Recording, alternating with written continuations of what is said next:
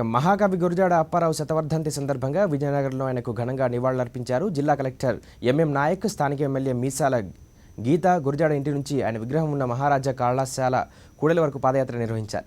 అనంతరం విగ్రహానికి పూలమాలలు వేసి నివాళులర్పించారు. గురజాడ రచించిన దేశమును ప్రేమించువన్న, మంచి అన్నది పెంచువన్న అనే దేశభక్తి గీతాన్ని సామూహికంగా ఆలపించారు. పలు సాంస్కృతిక, సాహిత్య కార్యక్రమాలు నిర్వహించారు. గురజాడ రచనలను ముందు తరాలకు అందించే ప్రయత్నం చేస్తామని ఎమ్మెల్యే మీసాల గీత అన్నారు. మరోవైపు వైఎస్ఆర్సీపీ కాంగ్రెస్ పార్టీ తరపున పార్టీ నేతలు మజ్జి శ్రీను, పిల్లా విజయ్ కుమార్తో పాటు పలువురు నేతలు గురజాడకు నివాళులర్పించారు. సందర్భంగా నిన్న ఈరోజు కూడా ఘనంగా నివాళులు అర్పించి ఆ మహానుభావుని స్మరించుకొని స్ఫూర్తిని పొందేలాగా చేయాలి.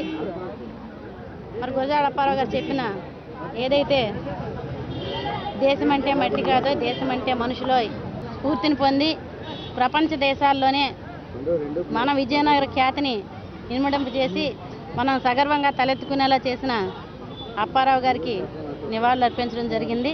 వైఎస్ఆర్ పార్టీ జిల్లా పార్టీ తరఫున మేమందరం కూడా ఆయనకు నివాళులర్పిస్తున్నాం. విజయనగరం గడ్డ మీద పుట్టినందుకు, వారి పుట్టిన గడ్డలో మేమంతా పుట్టినందుకు మేమెంతో సంతోషిస్తున్నాం. గురజాడ అప్పారావు గారి జయంతి కానీ, వర్ధంతి కానీ ఇటువంటి కార్యక్రమాలు చేసుకుంటున్నాం.